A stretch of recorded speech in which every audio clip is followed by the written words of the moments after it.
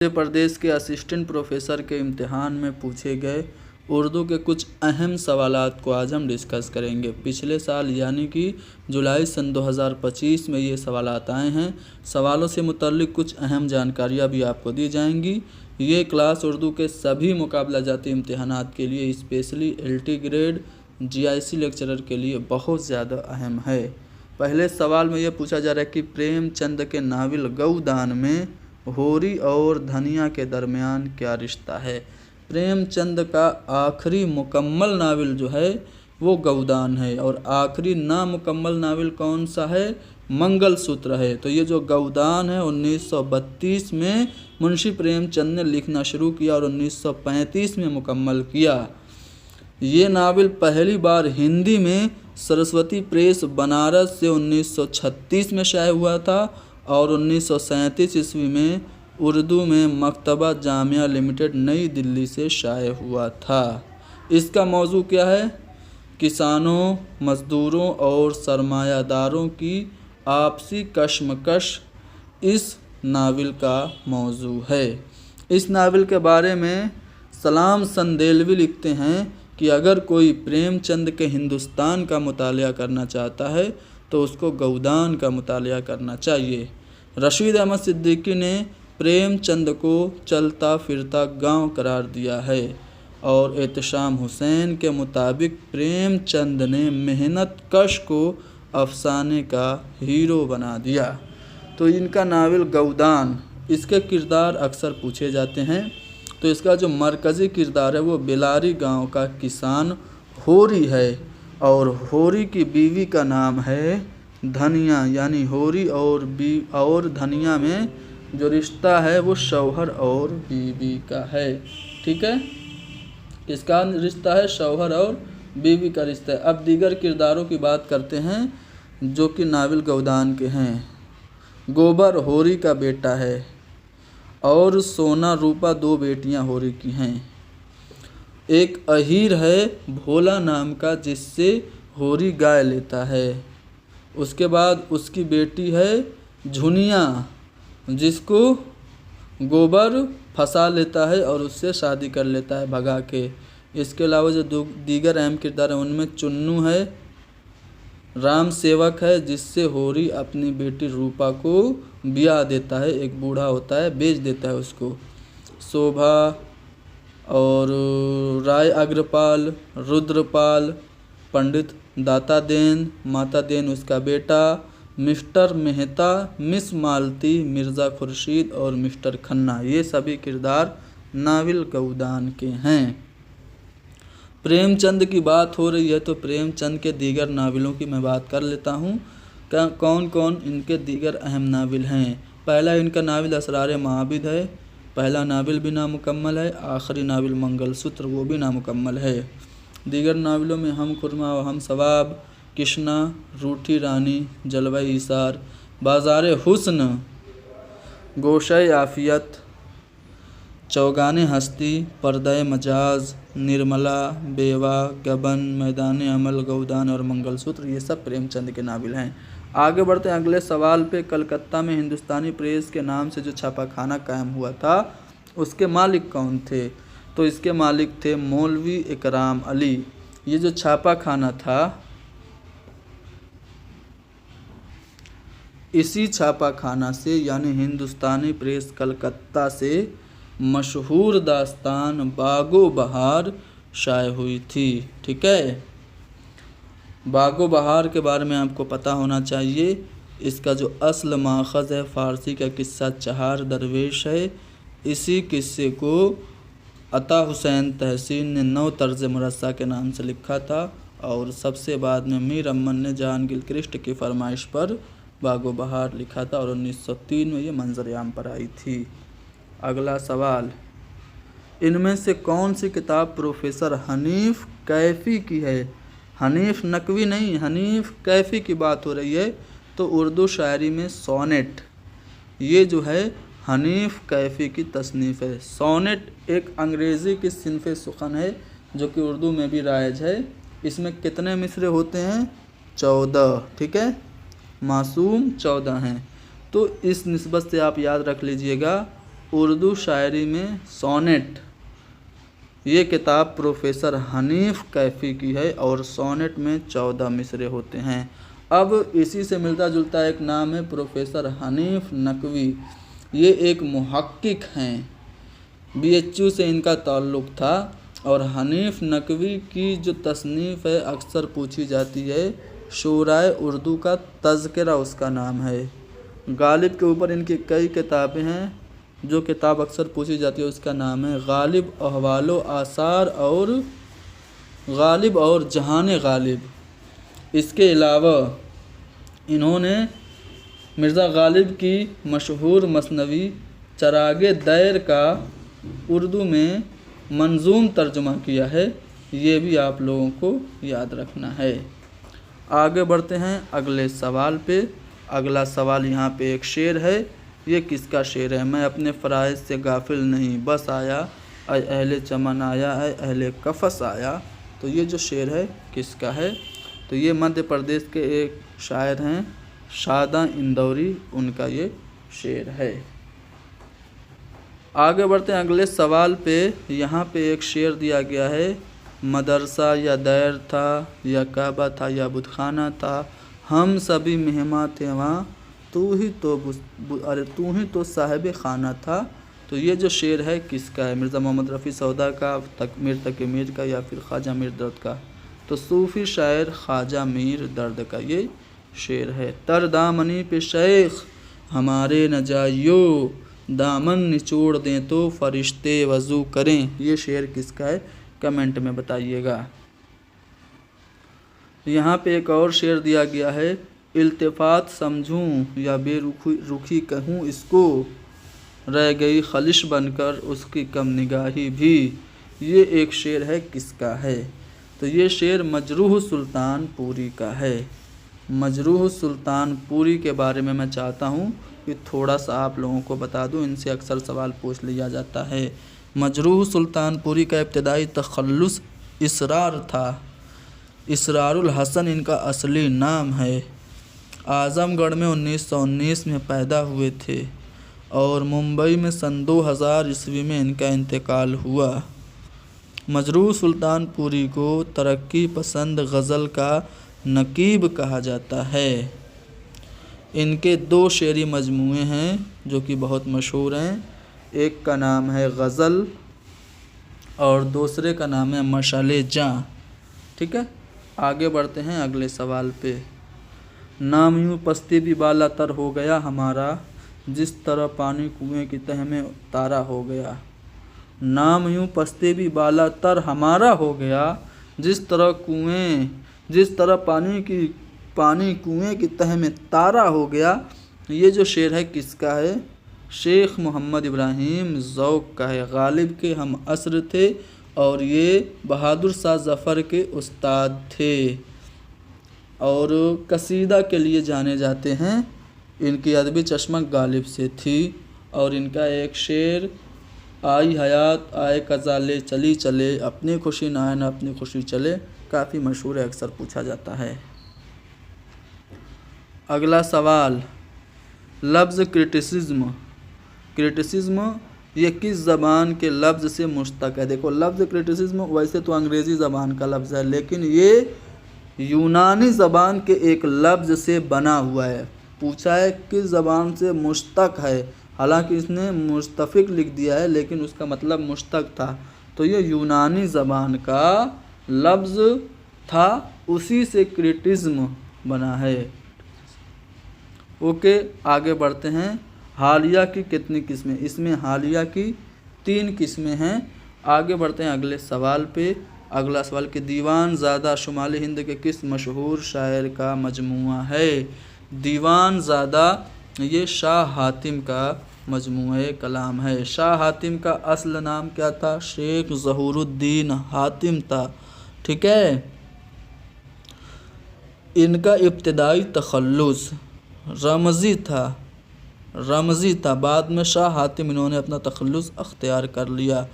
शाह हातिम जो इस्लाह ज़बान की तहरीक थी उससे काफ़ी ज़्यादा मुतासिर हुए और उन्होंने अपने कदीम दीवान को मुस्तरद कर दिया था और दीवान ज़ादा के नाम से एक नया दीवान मुरतब किया था।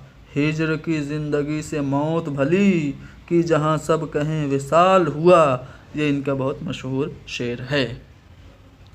Question number 9। पहले नहाई, तन्हाई नहीं होगा, पहले नहाई ओस में फिर आंसुओं में रात, यूं बूंद बूंद उतरी हमारे दिलों में रात।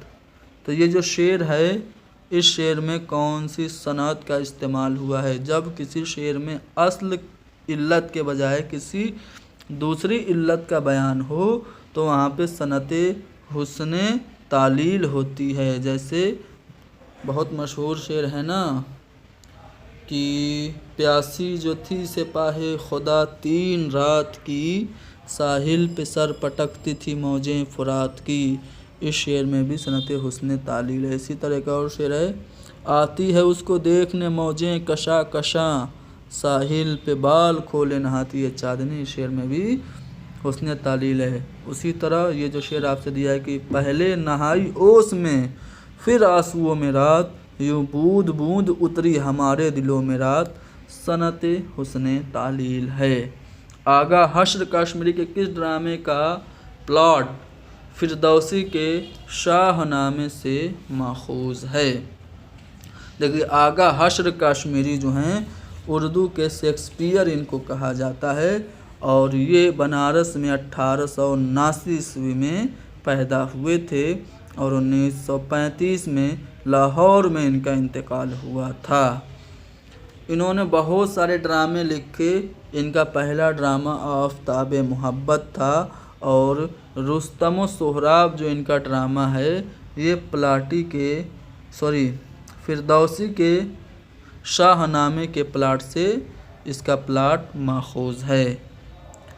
इनके दीगर ड्रामों में मारे आस्तीं, सिल्वर किंग, रुस्तम सोहराब, आँख का नशा, चंडी दास, बेवकूफ़ों की टक्कर, यहूदी की लड़की, खूबसूरत बला, नारे तौहीद, शाम जवानी वगैरह अहम हैं। अगले सवाल पे चलते हैं। मुसाफिर की डायरी में किन ममालिक का जिक्र है? मुसाफिर की डायरी ये है क्या?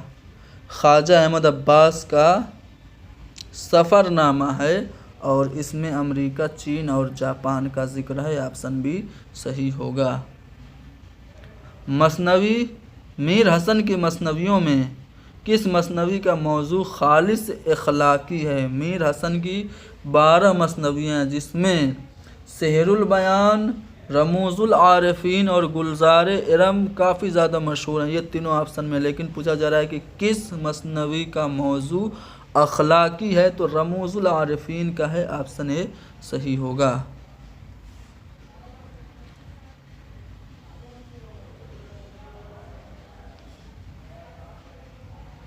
वजही ने अपने फ़ारसी दीवान में बार बार किसका जिक्र किया है? अपने आबाई वतन का, यानी ऑप्शन बी दुरुस्त होगा। अब बात वजही, मुल्ला वजही की हो रही है तो इनके बारे में थोड़ा सा बता देता हूँ। मुल्ला वजही ये मोहम्मद कुली कुतुब शाह का दरबारी शायर था और कुली कुतुब शाही दौर के 4 बादशाहों का इसने ज़माना देखा। इसका एक शेर अक्सर पूछा जाता है, जो बेरब्त बोले तू बतियाँ 25, भला है जो यकबैत बोले सलीस। ये इन्हीं का शेर है। सबरस में मुल्ला वजही ने अपनी ज़बान को ज़बान हिंदुस्तान कहा है। आगे बढ़ते हैं अगले सवाल पे। तमाम दफ्तर उलट गया हूँ मैं, फिर खुला अभी तक कहाँ हूँ क्या हूँ मैं, फिर खुला ना अभी तक कहाँ हूँ क्या हूँ मैं। तो ये जो शेर है असगर गोंडवी का है। असगर गोंडवी भी सूफ़ी शायरों की लिस्ट में शुमार किए जाते हैं। जी हाँ, वैसे तो जब भी सूफ़ी शायर की बात होगी तो सबसे पहला नाम जो हमारे जहन में आएगा ख्वाजा मीर दर्द का आएगा, लेकिन असगर गोंडवी की शायरी में भी हमको सूफ़ीज़्म देखने को मिलता है। अब असगर गोंडवी के बारे में थोड़ा सा मैं बता देता हूँ। असगर गोंडवी गोरखपुर में 1884 में पैदा हुए। इलाहाबाद में इनका इंतकाल हुआ। इनकी तबीयत तसव्वुफ़ की तरफ माइल थी।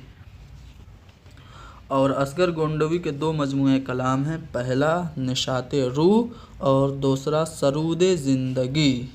ओके, अगले सवाल पे चलते हैं। अरबी ज़बान के लफ्ज़ मुसन्ना से कौन सी सिन्फ मुश्तक है? तो मुसन्ना के माने हैं 2 के, और मसनवी में 2-2 मिसरे होते हैं एक शेर में, यानी कि मसनवी बना है लफ्ज़ मुसन्ना से। जिगर मुरादाबादी की बात हो रही है। जिगर का मजमूए कलाम है शोले तूर। ये किस सन में शाये हुआ था? तो 1932 ईस्वी में।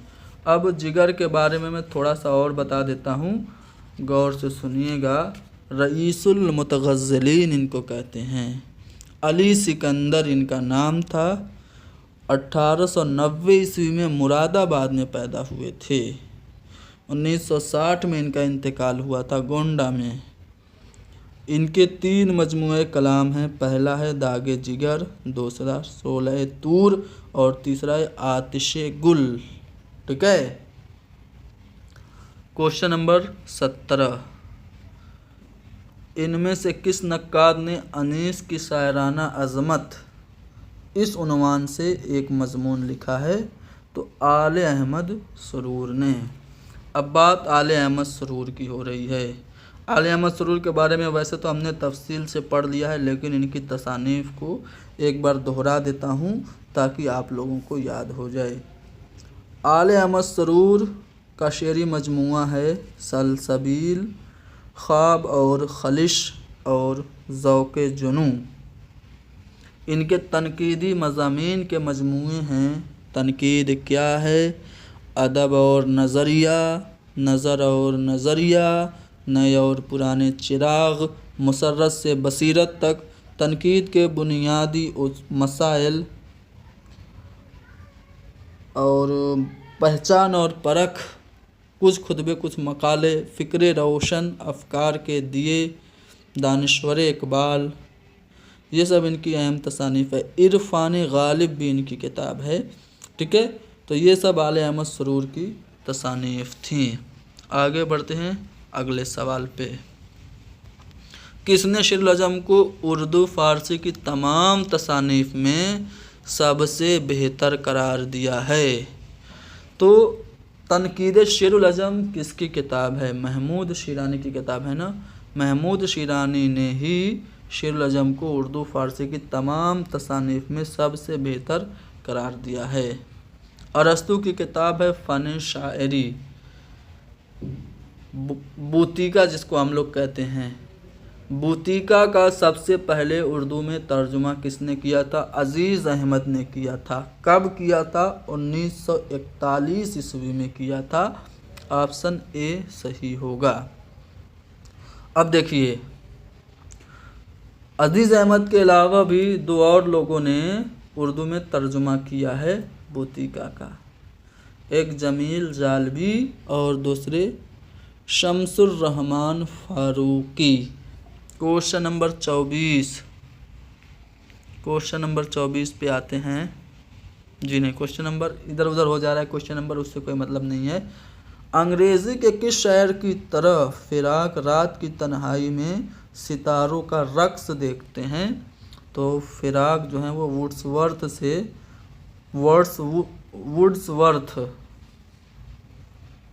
इनसे बहुत ज़्यादा मुतासिर थे। तनकीद हमारी ज़िंदगी के लिए उतना ही ज़रूरी है जितना कि सांस। तनकीद से मुताल्लिक़ ये कौल किसका है? तो टी.एस. एलियट का है।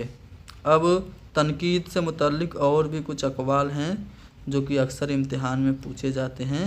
सुन लीजिए, मैं बोल रहा हूँ, गौर से सुनिएगा। हमारी जो क्लास है जिसमें हम डिटेल एक्सप्लेनेशन करते हैं, उनमें आप देखने से ज़्यादा सुनने पे फोकस करिएगा। दुनिया में जो बेहतरीन बातें मालूम हैं या सोची गई हैं, उन्हें गैर जानिबदाराना तौर पर जानने और आम करने की कोशिश का नाम तनकीद है। ये मैथ्यू अर्नाल्ड का कौल है। फ्लॉबेर ने तनकीद को अदब के जिस्म का कोढ़ करार दिया है। टेनिसन ने तनकीद को अदब के गेसुओं की जू बताया है। चेखोव ने तनकीद को उस मक्खी से तशबीह दी है जो घोड़े को हल चलाने से रोकती है।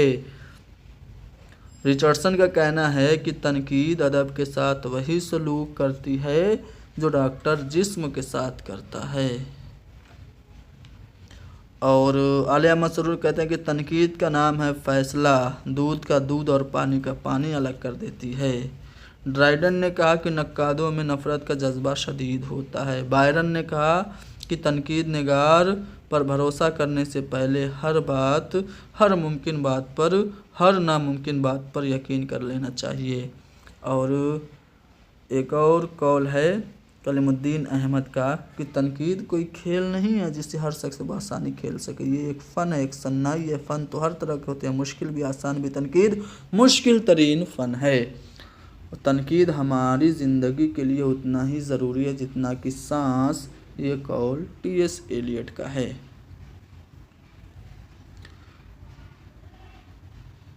ये किसका कौल है? किसी भी तिजारती ऐलान को इश्तिहार कहा जाता है। ये इश्तिहार एडवर्टाइजमेंट की तारीफ़ है। ये सैयद इकबाल कादरी की है।